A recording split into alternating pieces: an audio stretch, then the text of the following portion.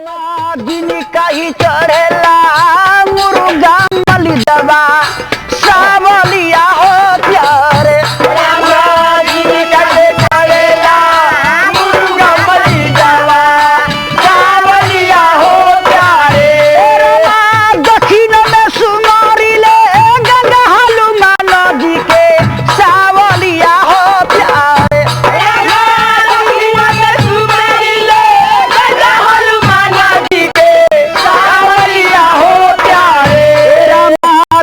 कहीं चढ़ेला लडुआ लंगोटवा सावलिया हो प्यारे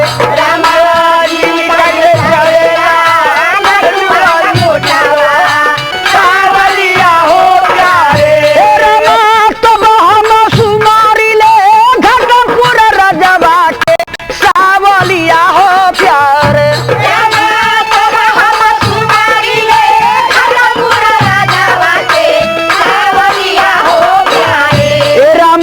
जहावा के रहले सत भाई घट मामा सावलिया हो प्यारे सत भाई घट मामा सावलिया हो प्यारे रमा सत गो भैया वाले एक गो बहिनिया सावलिया हो प्यारे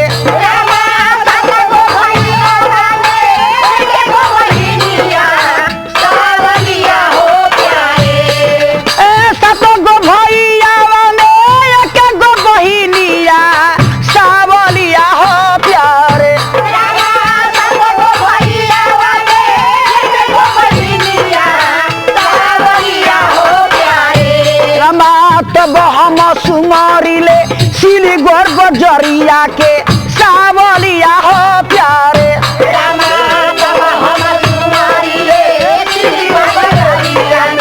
सावलिया हो प्यारे जहावा के रहले रजपुर बसिंग सावलिया हो प्यारे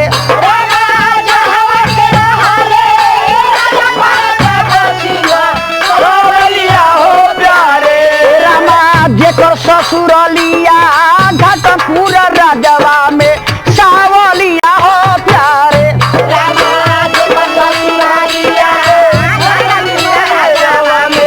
सावलिया हो प्यारे जे करो साला सब घट मामा सावलिया हो प्यारे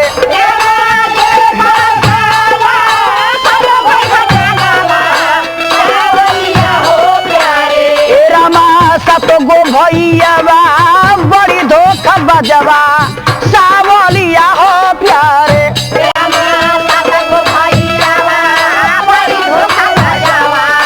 सावलिया हो प्यारे गवल ललन राम दिरदरी मनवा के सावलिया हो प्यारे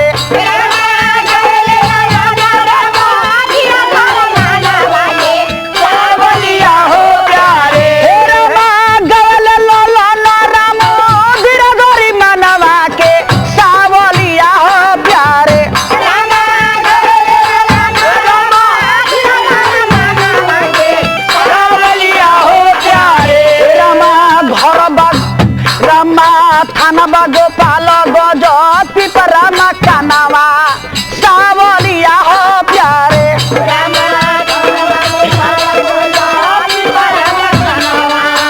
सावलिया हो प्यारे रमा सावलिया हो प्यारे सावलिया हो प्यारे रमा सावलिया हो प्यारे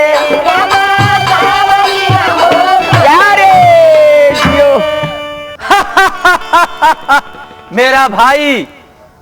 हाँ छोटा भाई। जिस रोज बहन सेवंती अपने ससुराल गई उस रोज कुछ कर गई। छोटा भाई घबराओ मत, यही कह करके गई कि जब तक जिंदा रहेंगे शिवलीगढ़ से घाटनपुराज में कभी नहीं आएंगे, कभी नहीं आएंगे, कभी नहीं आएंगे। मेरा भाई कोई उपाय है? बहन और बहनोई को हम लोग बुला ले। छोटा भाई घबराओ मत, मैं 2 पत्रिका लिख करके तैयार किए हुए हैं। उस पत्रिका में ही लिखे हुए हैं कि जीजा जी को मालूम कि तेरा छोटा सला के शादी पड़ा हुआ है, बहुत ऐसी दान दहेज घाटनपुराज में बाकी लग गया है। आइए घाटनपुराज में और द्वार के शोभा बढ़ाइए दान दहेज लेकर के घाटनपुरा से शिवलीगढ़ राज। भाई तुम ठीक कह रहा है, जब यहाँ चढ़ जाता है तो बहन सेवंती को विधवा बनाकर हम लोग रखेंगे और बहनोई को 2 टुकड़ा करके फेंक देंगे। दरबान सलाम हुजूर। सलाम सलाम। एक काम करो, तुम जाओ। चले जाओ शिवलीगढ़ में, जो कहते हैं वो अच्छा। सुनो। ठीक बा महाराज, कहल जाओ। अरे जइब तो जइब धामन शिवलीगढ़ बजरिया हो, शिवलीगढ़ बाजार जाओ। धावन और जहाँ महाराजी। समझ रहा है? हाँ महाराज। छोटा भाई कैसे समझा दो।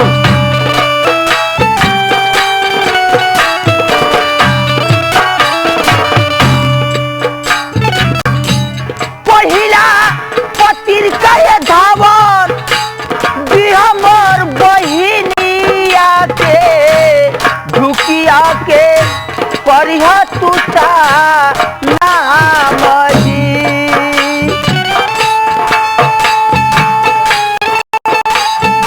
भवन हाँ महाराज।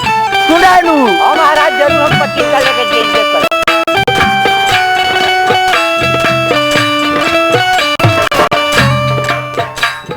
ए दोसरे पत्रिका ये धामन हमर बहनोइया के झुकिया के परिहा तुता नाम जी।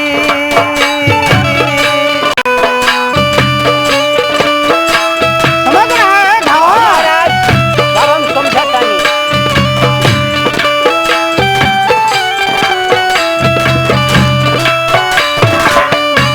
धावन हाँ महाराज। रास्ता से घूम कर नहीं जाना है। कबो हम घूम के ना आए, जरूर शिवलीगढ़ जाइबे करें। ठीक है, तुम पत्रिका ले लो। एक पत्रिका जीजा जी को और एक पत्रिका बहन सेवंती को। ठीक बा महाराज। और ये भी कह देना बहन सेवंती से कि आपके भाई का शादी है, चलिए बहुत श्रद्धा से बुलवाए हैं। ठीक बा महाराज। ठीक है, तुम चले जाओ। जा रहल बानी।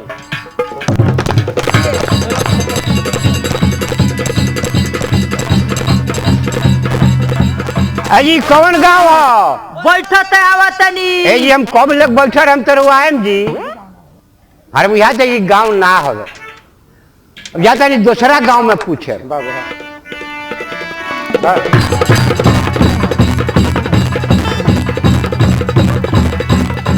ए जी कौन गाँव हो? हाँ मिहुरा लतियाई। बन तो गई ओकरा खतरनाक तई बट हम निवरम तो लतिया दी है। इहो गांव सा इतना है, आगे बढ़ता नहीं।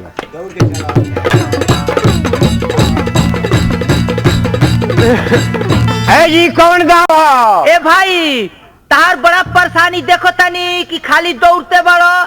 तू कौना गांव में जइबो? जाओ गांव के नाम भोर पर गए। ए भाई ए कौन अक्षर में बता सकत रहो? जरूर बता सकता नहीं। भाई कौन अक्षर में कौन बताओ न हम बुझ जाए।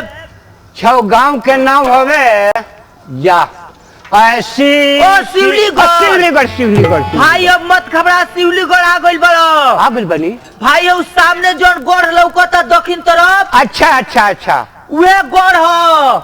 आते लेकिन ये बताओ कि गांव में जाए के बा कि गोड़ में? ना हमारा जाए के बा राजा साहब के यहाँ। राजा प्रताप सिंह के हाँ यहाँ? राजा प्रताप सिंह के यहाँ। ए भाई तार घर कहाँ हो? हमार घर है घाटमपुर।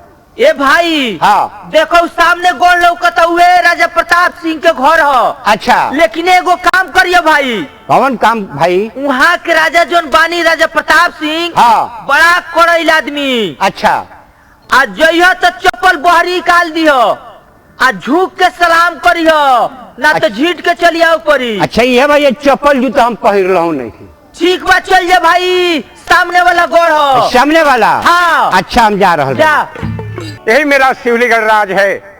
मेरा ही नाम राजा प्रताप सिंह है। कौन नाम नहीं जानता है राजा प्रताप सिंह का?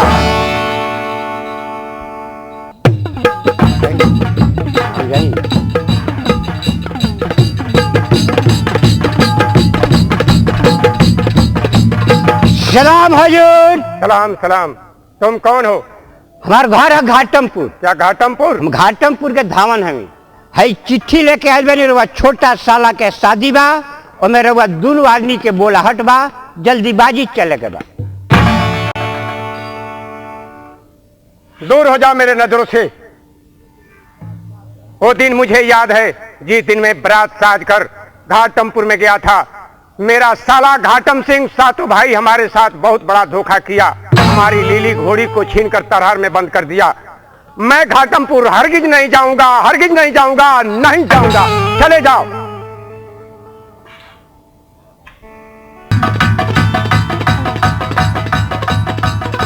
एगो चिट्ठी तो दहनी है तो राजा साहब फाड़ के बिक दिले है। अब एक औरी रखले बानी जातानी महल में उनका रानी का हाथ के दे, देखी जो ओइया का होला। अभी तो लिख लौड़ी नहीं आई।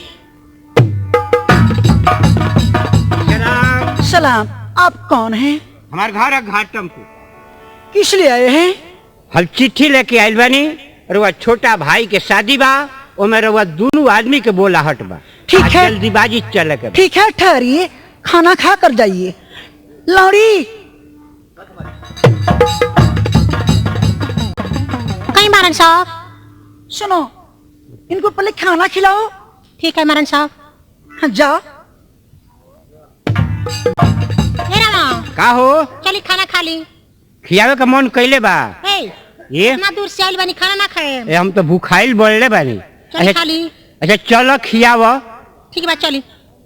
भाई कहीं वो लोता खियाई है, कैसे हम खाए में बड़ा ला जाइले। ठीक बा चली। चल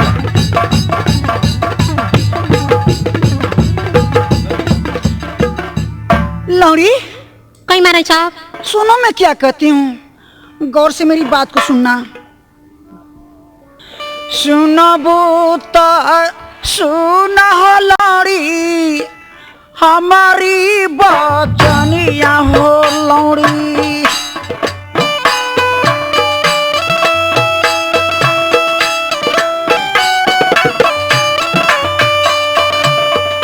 सुना बूता, सुना रे लौड़ी, हमारी बचनिया हो, मन लौड़ी बचन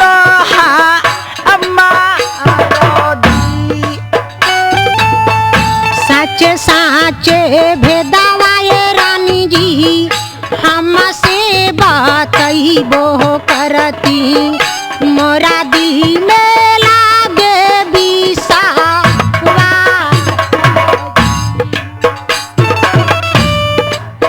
लौड़ी, मेरी बात गौर से सुनो।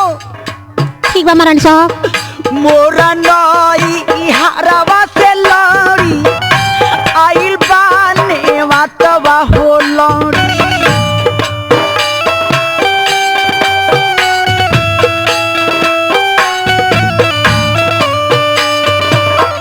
मोरा नई हरवा से लौड़ी, आइल बाने वातवा हो, परल बाटे भैया के बिया हो जी। सच साच भेदावाए रानी जी, हमसे बतई हो देती। सच साच भेदावाए रानी जी, हमसे बतई हो देती, मोरा दिल में लागे बिसावा जी।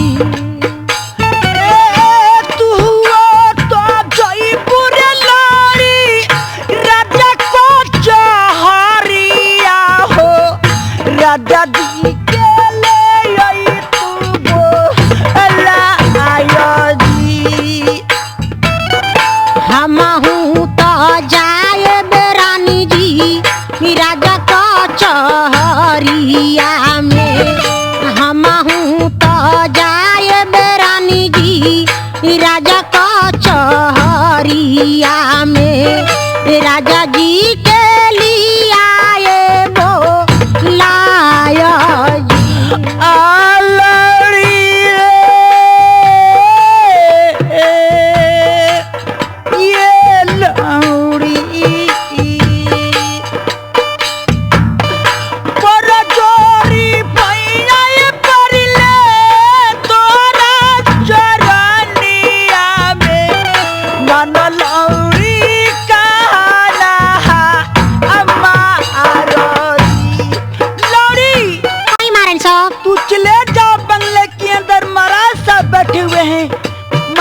अब की बुला कर लाओ। ठीक बा महाराज साहब। सलाम महाराज। सलाम सलाम। लौड़ी क्या बात है? चलिए महाराज साहब रोक बुलानी हो। क्या महारानी साहब बुला रही है? हाँ हाँ। कौन सी बात है कि महारानी बुला रही है? चलिए ना वहाँ के जान धोखेम और जान धोखेम हमरा मालूम नहीं है। ठीक है तुम चलो मैं आ रहा हूँ। सुन सखिया बतिया, सुन सखिया बतिया सही सही, सुन सखिया बतिया सही सही, हुक्म उठे जिया में रही रही।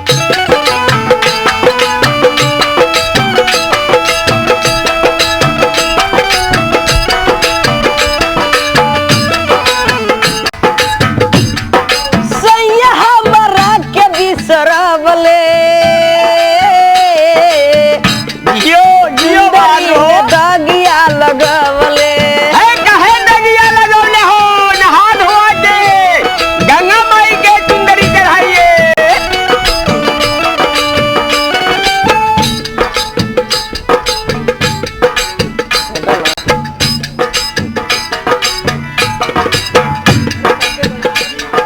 बतिया बतिया कहिले सही सही, बतिया कहिले सही सही, हुक्म उठे जिया में रही रही।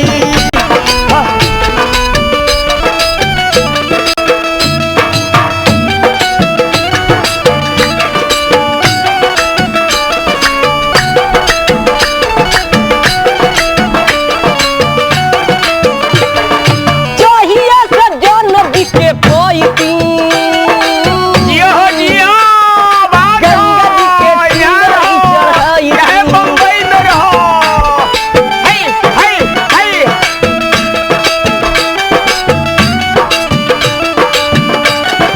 चाहिए सजन बिके पोईती, गंगा जी के चंदरी चढ़ाई थी। बतिया बतिया कहिले सही सही, बतिया कहिले सही सही, हुक्म उठे जिया में रही रही।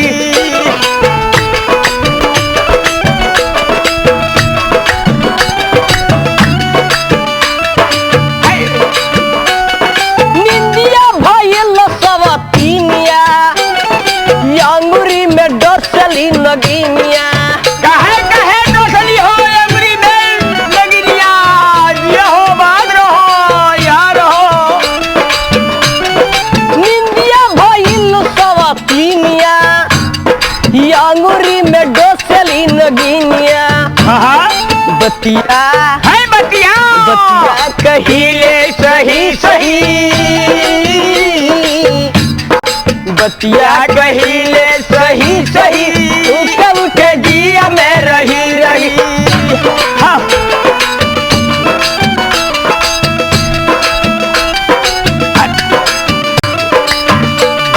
बाग में बाहर चली आई, हर कली में फूल डगमगाई। अरे कैसे तुम्हारे लिए लगा दिए हैं बाग बगीचा।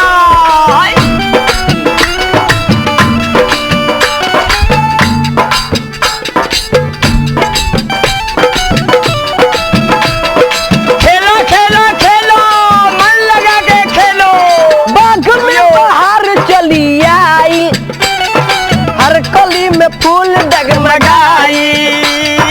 हमरा है भवरा हमरा लो भेला कोही कोही, हमरा लो भेला कोही कोही, हुक्म उठे जिया में रही रही।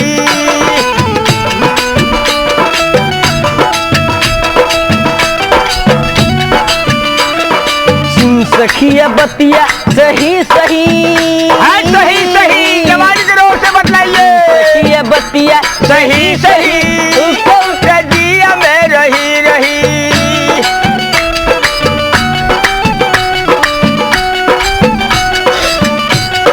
जियो हो जिया बात रहो, यहाँ रहो, चाहे लखनऊ में रहो। सखिया बतिया सही सही, हुक्म उठे जिया में रही रही।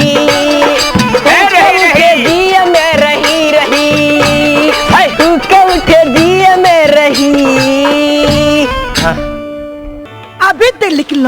नहीं आई? महाराज से जयकार हो। जयकारो आते हैं कि नहीं? महाराज साहब, महाराज देखी सामने चले नहीं। कहाँ? अरे देखी ना। नहीं, तुम मुझसे झूठ। अरे देखी ना महाराज साहब। ठीक है।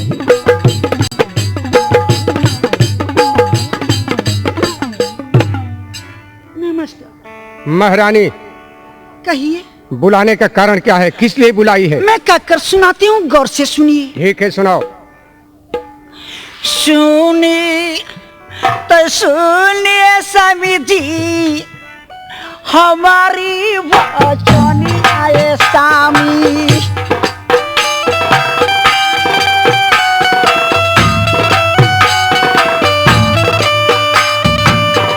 सुनिए तो सुनिए स्वामी जी, मानी मारी वचनी आदि, मानी स्वामी वचन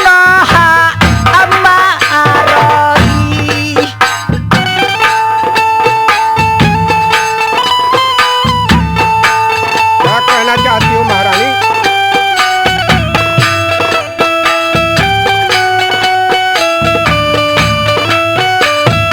स्वामीनाथ। अरे बात क्या है? मोरा नई हरवती समिति आइल बाने बात आए स्वामी।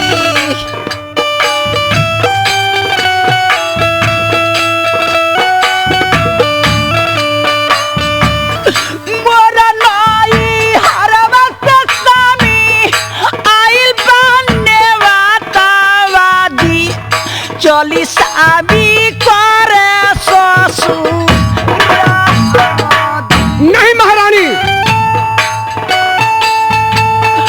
हमारो तो भैया ये बालो, सात भाई घाट मवाए सानी।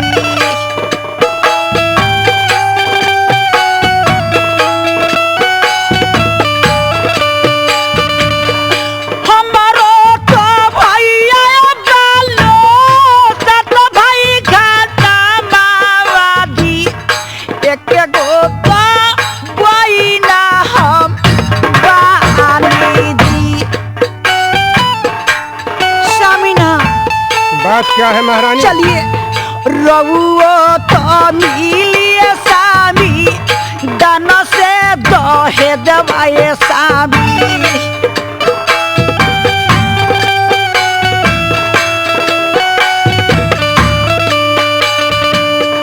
रघुओ तो मिलिए स्वामी, दान से दहे दवा दी, मोरा मिली है नहीं महारानी, नहीं, मैं घाटमपुर कभी नहीं जाऊंगा। नहीं स्वामीनाथ, चलिए। क्या तुम भूल गई है चलिए। विवाह के समय में हमारे साथ कैसा धोखाबाजी हुआ था? इसलिए मैं घाटमपुर जाने से इनकार हूँ, मैं नहीं जा सकता हूँ।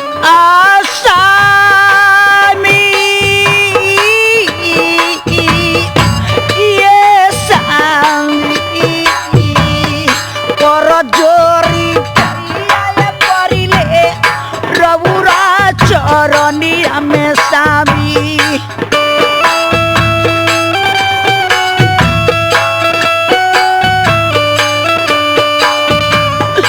पर जोरी पैया परिले रघुरा चरणी में, चौबीस स्वामी करे ससुर। स्वामीनाथ। महारानी सुनो, मैं क्या कह रहा हूँ।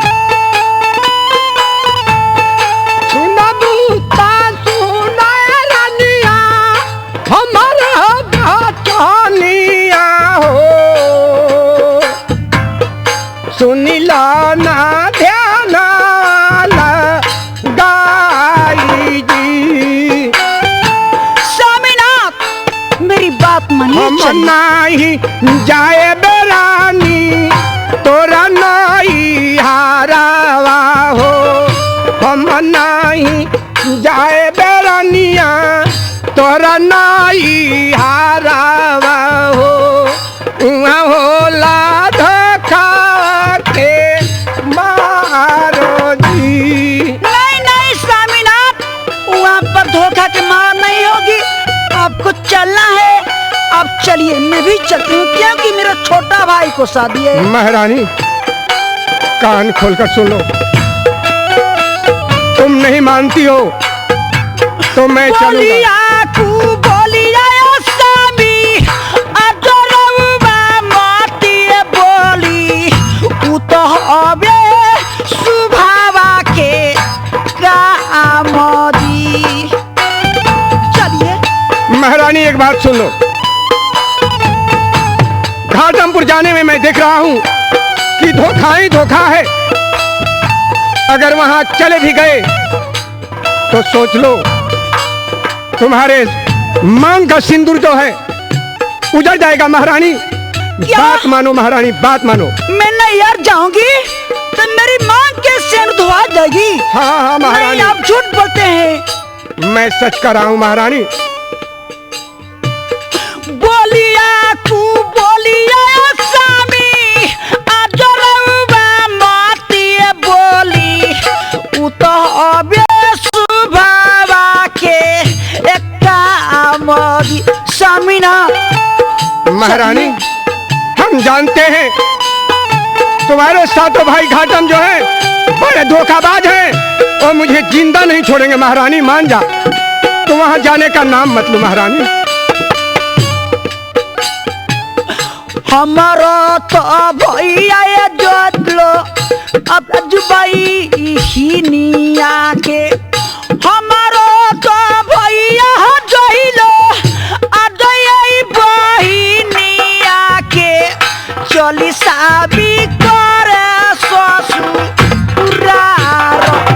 चलिए ठीक है, चलिए। नहीं मानती हो तो चलो। हाँ चलिए।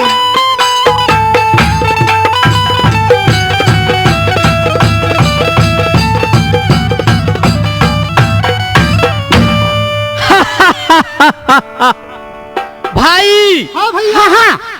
अभी तक धावन नहीं आया, कारण क्या है कि धावन नहीं आया? भाई चिंता मत करो, और तुरंत आएगा तुरंत आएगा। ठीक है, सलाम सलाम। क्या धावन तुम चलाया? इधर आकर कहो क्या हुआ? वो यार चिट्ठी ले गई नहीं है। अच्छा चिट्ठी राजा साहब के हाथ में देनी है। उधर चिट्ठी पढ़ के वहाँ का फाड़ के बिक देनी है। अच्छा अब चिट्ठी पढ़ करके फाड़ कर फेंक दिया। हाँ महाराज, ठीक है। चिट्ठी वाला वो लेकर गई नहीं है महल में। अब महल में जाकर वो बहन का हाथ के चिट्ठी दे के आओ या खूब बात से समझा के आ तब वहाँ को बुला के लेके आ रहल बनी। क्या बहन आ रही है? हाँ महाराज, और जीजा भी आ रहे हैं? हाँ दोनों आदमी। भाई हाँ हाँ अब हम लोग का मौका आ गया, काम बन गया। काम बन गया। दरबान जाओ देखते रहो कि आ रही है बहन की नहीं। जाओ बहादुर, गेट पर सही से तुम पारा करते रहो। ठीक है।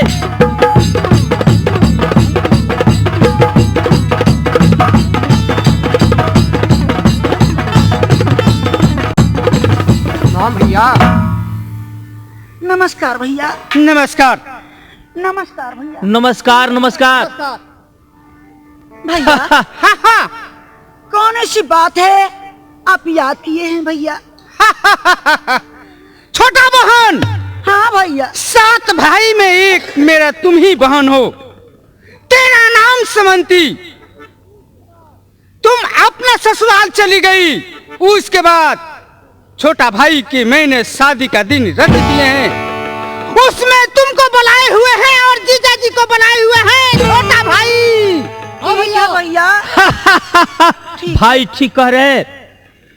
आज तुमको इसलिए हम लोग बुलवाए हैं कि शादी के समय में कुछ नहीं दिया, लेकिन आज तुम लोगों को बुलाए हैं कि पूरा इनाम लेकर यहाँ से जाना है। धावन चल इधर, जीजा जी को बंगले के पास ले जाओ। चल जाओ, जाकर नाश्ता कराओ। चल जाओ। लौड़ी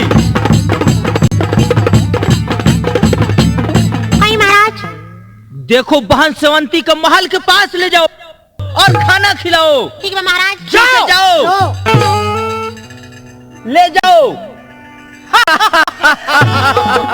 भाई हाँ छोटा भाई, अब तो बहन सेवंती महल के पास गई और दुश्मन यहाँ चढ़ गया है।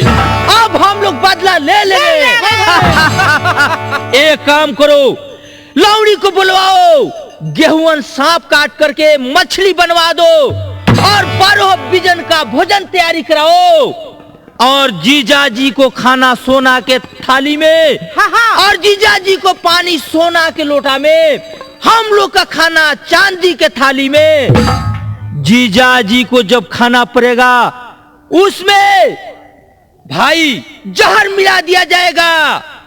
ठीक और है, ठीक जीजा है। जी को सोना के लोटा में पानी पड़ेगा, उसमें जहर मिला दिया जाएगा।